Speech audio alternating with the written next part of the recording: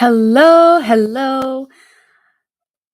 My name is Emily Cleghorn, and in this video, we are talking about understanding the role of grief in trauma recovery. I am a holistic trauma recovery coach, trauma survivor myself, and I am super passionate about helping mamas who have faced trauma to reclaim their inner strength and work through their triggers so that they can create a joyful, loving, peaceful mamahood that they desire. If you are joining me live, um, make sure to say hello in the chat. If you are watching the replay, make sure to comment in below as well. I would love, love, love to have a conversation with you and say, thanks for watching. Um, so let's dive in, shall we? I do not like to waste any time because I know that your time is precious. So I want to start today by sharing a little bit of when I realized that grief was present in my trauma recovery journey. Okay. So I think the first time that I really realized that grief was present was in my teens when um my trauma was still relatively fresh, um and I was feeling sad, angry about the childhood that I had, and um I had a lot of questions about why it had to be the way that it was, those big questions that there may not be an answer for. And then um, fast forward into my mamahood journey, grief has shown up in a few different times for me, in looking at witnessing the childhood that my kids are having and how vastly, thankfully, how vastly different it is from the childhood that I experienced. There is a part of my inner child that is jealous about the childhood that my kids are having versus the one that my child self experienced. And while on one hand, I'm so thankful that my kids don't understand the heartache and living in survival mode and all of that stuff, there's still a twinge of sadness in my heart because it's exactly the childhood that I craved as a little girl. And so, how do we deal with that? So, if you are familiar with grief at all, um, you know that it is not a linear experience. It is intense at times. It is a bit of a roller coaster at times. And some days are okay, and some days are not okay at all. And you're a hot mess. So, how do we deal with that in motherhood, in the midst of also raising our kids? And, like I spoke about last in the last live video that I did, these intense, overwhelming emotions are scary.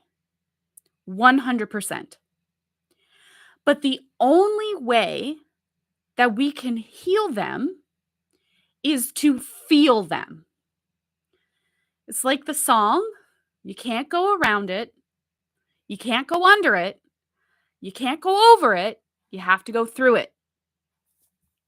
Um, and that can be scary, especially when you've got these little humans who are learning how to human, who are learning how to feel their feelings.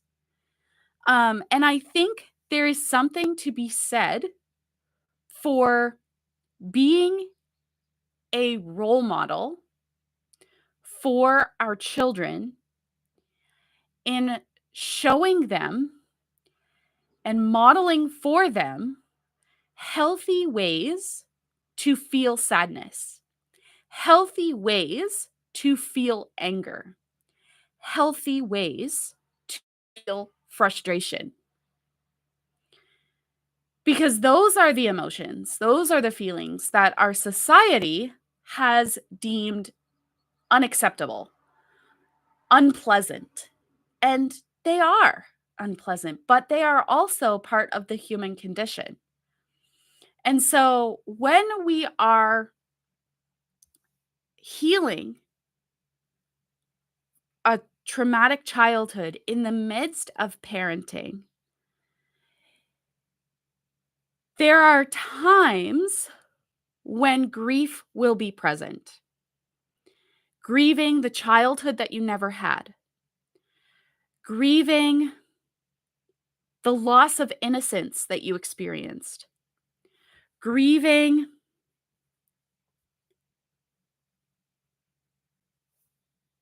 the relationships that you didn't have, or the relationships that are no longer present because you have chosen to walk away. And being estranged from a parent who is also an abuser is a hard thing to navigate. There is grief in that as well. Why why was I given the mother, the father, the aunt, the uncle, the grandparent that I was given? Why don't they love me like they they should as a mother, father, aunt, uncle, grandparent? And so it's a challenging situation. It's a very challenging situation. And it's important to remember that it is not a linear experience. Healing trauma is not linear. Healing grief is not linear. But something that is key, crucial, is the community that you surround yourself with. Trauma recovery, grief, motherhood, all of these things can be incredibly isolating. And I think as moms, we feel that we need to do it alone. And that's simply not true. We do not need to do it alone. In fact, we were not created to do it alone. We were created to be in community with others. And it can be challenging to find a community that wholeheartedly supports you on your healing journey, because especially within your family of origin, not everybody is going to have the same perspective as you. They may not see the experience that you lived as traumatic. They may not see how it was traumatic, and they may not see how you have anything to grieve about. And so that's where the negative comments will come in because they don't understand. And those hurtful comments, you don't need to shoulder them alone. When you find a community that wholeheartedly, 100% understands where you're coming from and what you are facing and is able to lift you up and support you on those bad days that will inevitably come because trauma recovery and grief are like a roller coaster. There are highs and there are lows. And so finding that community, and if you are a mama who is looking for a community, I want to invite you to come join us inside of the Mamahood After Trauma Inner Circle. We are a group of trauma surviving mamas who are healing focused, okay? And we support one another. We lift each other up, okay? We don't commiserate with one another. We listen, we empathize, and we build each other up. We speak life over one another.